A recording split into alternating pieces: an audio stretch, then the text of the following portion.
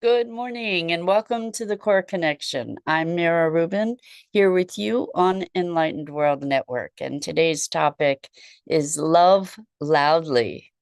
I love that phrase. It was coined by a friend and it just seems so perfect.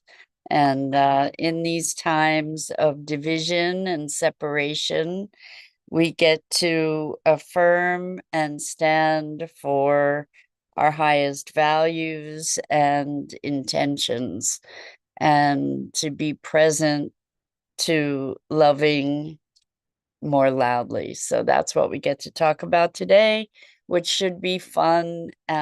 Before we get started, let's take a minute or two to get present.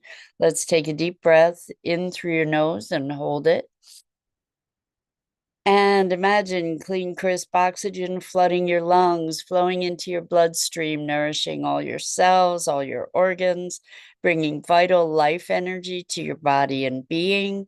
And as you exhale, exhale any tension, stress, negativity, fatigue. And now let's take another deep breath in through your nose and hold it. This time, imagine brilliant bright light lighting you up from the inside out, illuminating, electrifying, and energizing all your cells, your molecules, your electrons, creating a brilliant beam of light and energy from your heart out into the world. And as you exhale, exhale any remaining tension, stress, negativity, fatigue. And now let's press our palms together. Vigorously rub your hands together to feel the friction, the temperature, the pressure, the motion, the tickling and tingling when you stop, and allow all those sensations to bring you present right here, right now, into this remarkable physical form that enables us to experience life. Welcome, welcome, welcome. It's so good to be here with you this morning. And we're talking about love loudly. In other words, I've been hearing so many people talking about, I'm gonna just fight. In this atmosphere, I'm gonna stand up and fight, fight, fight. And I think we've had enough of fighting. I think that we get to find a better way.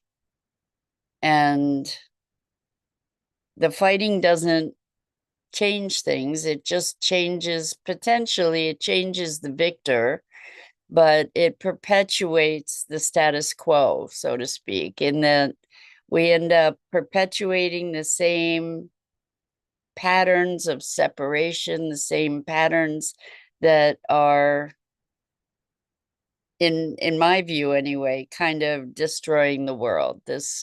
This notion of combat and conflict and opposition and domination and control. Good morning, Rosalind. Welcome. So good to have you here with us this morning. So we're talking about loving loudly, making our voices heard in love rather than in battle.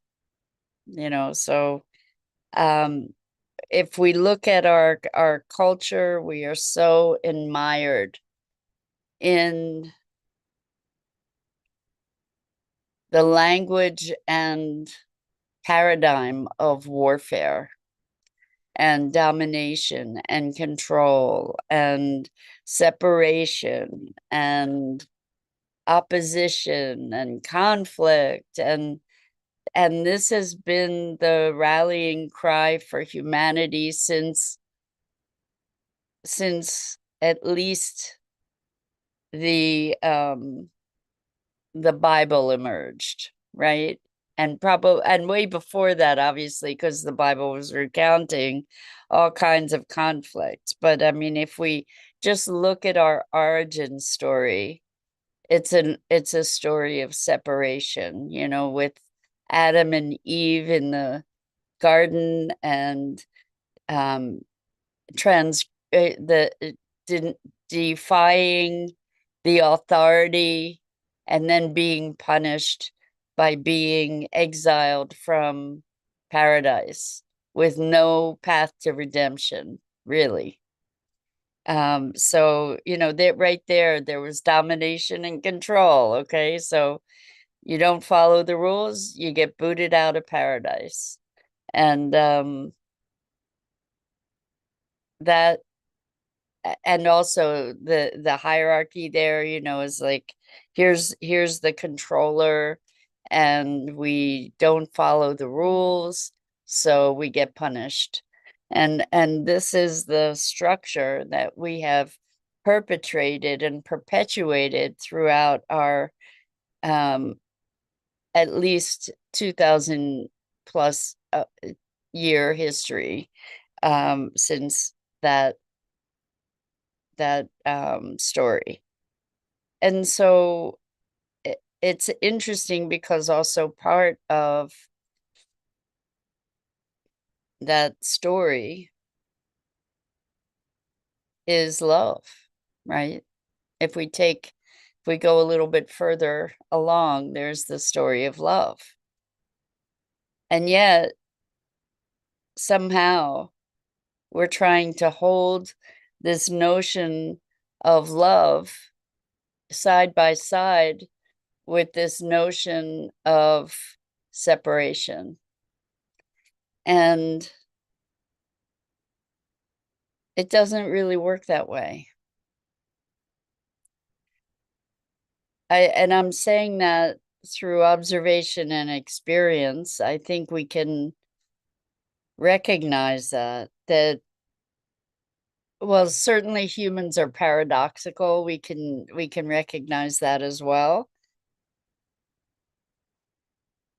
But what if we can find a way to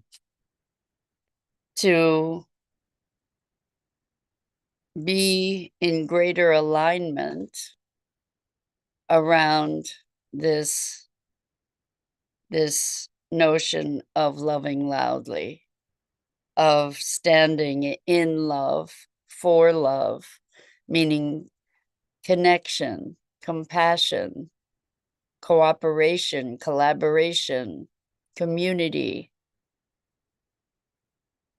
And it's not like it's easy, it's simple, but I'm not presuming in any way that it's an easy thing to do, to in the face of really truly hateful behavior filled with hatred and filled with condescension and violence, for instance. I'm not saying it's easy to stand in a place of love and connection, but it is simple. And I hold the belief that light trumps dark, and that it's so deeply, deeply important for us to be the light and not fall into the spiral of fear and anger and hopelessness and frustration. It's important for us to cultivate connection and to be speaking through love, to perpetrate love, to cultivate love. And what does that look like? What does it look like in these times of what seems like growing division and separation? It looks like putting a human face on one another. It looks like having human to human conversations. It looks like breaking bread together, creating spaces for safe conversation, for true sharing of heart and soul that allows us to connect and breed understanding at a deeper level, to find local support, because it's easy to hate when there's no humanity there, when we are dealing with categories, when we are slapping labels onto groups and people. The foundation, I spent years trying to understand, what is this notion of hate and evil? Like, does evil exist? And if so, what is it and where does it come from? And I'm personally, again, any beliefs that I'm speaking, they're just my ideas. You get to feel into it. I'm not saying I know the truth. I'm just saying what has arisen for me in my inquiries, is that for me, evil doesn't exist as an entity. It doesn't exist as a force in and of itself, but that it is separation itself, which allows us to do evil things, to do horrific things. When we are disconnected, when we are disassociated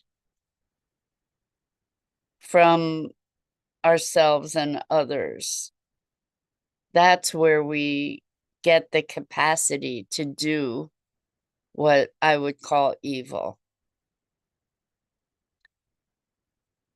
Because we're not connected, because we're not present to the impact of our actions. Just sit with that for a minute. The importance of connection. And when we label others as other, what we're doing is we are creating a separation. And when we have that separation, we are then able to justify all kinds of behavior. I mean, that's what happened in World War II in Germany. It was othering. And when we other anybody, it allows us, we grant ourselves permission to do heinous things, to behave in ways that are completely out of alignment with our consciously or other than consciously held values. Laying blame on others for our fears. The fact is, and I believe it's a fact, I mean, I believe it's a validatable fact, is that we are all deeply interconnected. We breathe the same oxygen. We're breathing the oxygen from the time of the dinosaurs, we're breathing particles from the stars. So we are all connected. And so to be nurturing that connection is our work. To be finding a way to bring into connection those who feel disconnected. It's so much easier to fall into blaming and separation because we've been trained to it. We've been trained to believe things like, if I have more, you have less. If you have more, I have less. We're trained into this notion of scarcity, competition. Our perception of nature, this is really fascinating, actually. our perception of nature was for a very long time reflective of that notion that it's a dog eat dog world, and it's competition, and our interpretation of survival of the fittest meant a constant battle, again the war metaphors, for domination and control. Whereas now, as we're discovering more and more about nature, we're learning more and more about its interconnectedness between species, between all these different elements in the living world to support a greater system that is interdependent.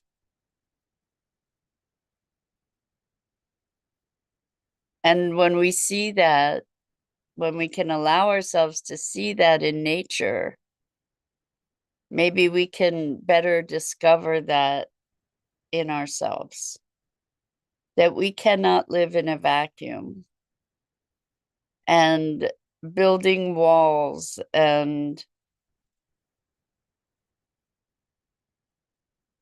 constructing laws that perpetuate in the othering is perpetuating a doomed paradigm, is perpetuating a system that guarantees our destruction. Just a matter of time. Just the notion of war itself is truly insane, but we're not raised to question it, right? The arms race, the nuclear race, building better weapons, protecting ourselves through violence, perpetuates violence. And so the more loudly we love, the more we can stand in a place of love, the more bridges we can build, the more hope we can create. Like true hope for humanity, true hope for our potential on this planet. If we can breed connection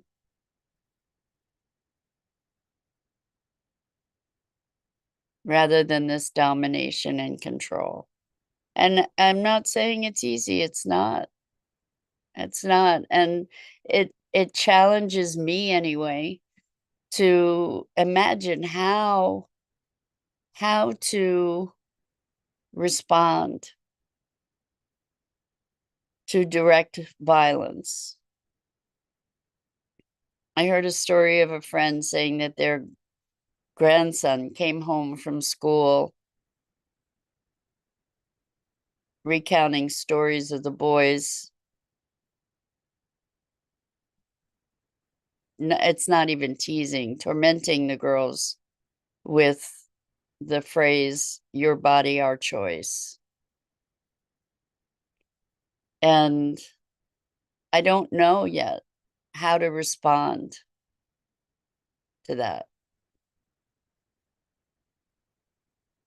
I really don't know how to respond to that, other than to say, I don't think so.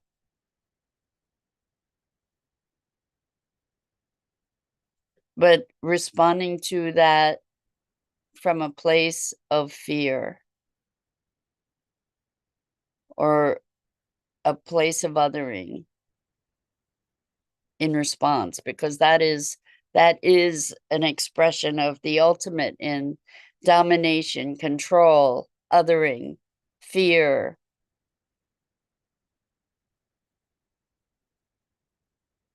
even hatred, separation. I'm inviting input into how do we respond to that? How do we respond to threats of violence? in a way that allows our oneness. This is reminding me of a story that a friend told me that was so powerful and transcendent, actually. Um, she found herself in a situation with a man who made it clear that he was going to kill her. And this person somehow mustered a connection to the purity of love such that this other person curled up whimpering in a ball.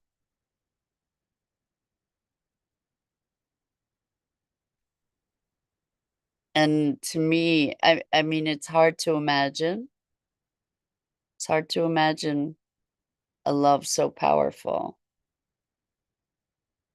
that it would disable that kind of hateful violence, that kind of separation.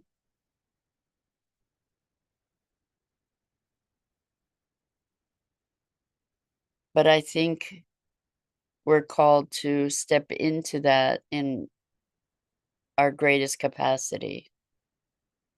Good morning, Sue. Welcome. It's so good to have you here with us this morning. How do we practice love that is a light so powerful that there's no room for darkness? I think that's our challenge. I think that's our calling at this time. Because one of the greatest tools of darkness is fear.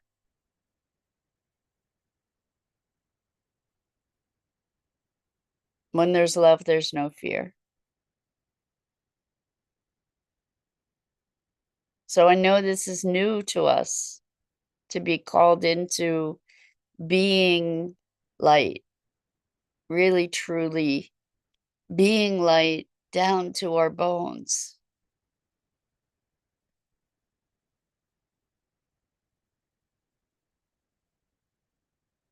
But I think we can do it. I think we're capable of it.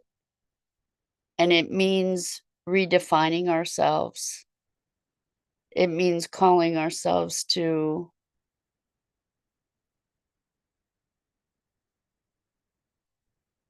a higher standard, to not fall into fear, to not lose ourselves, and instead to connect more deeply to the essence of love that we are. And I think this takes a committed practice. I'm saying this for myself as much as for anybody else, maybe even more so, to find that place within from which that light emerges. Because the more radiant we are, the more we are that light, the less darkness can prevail.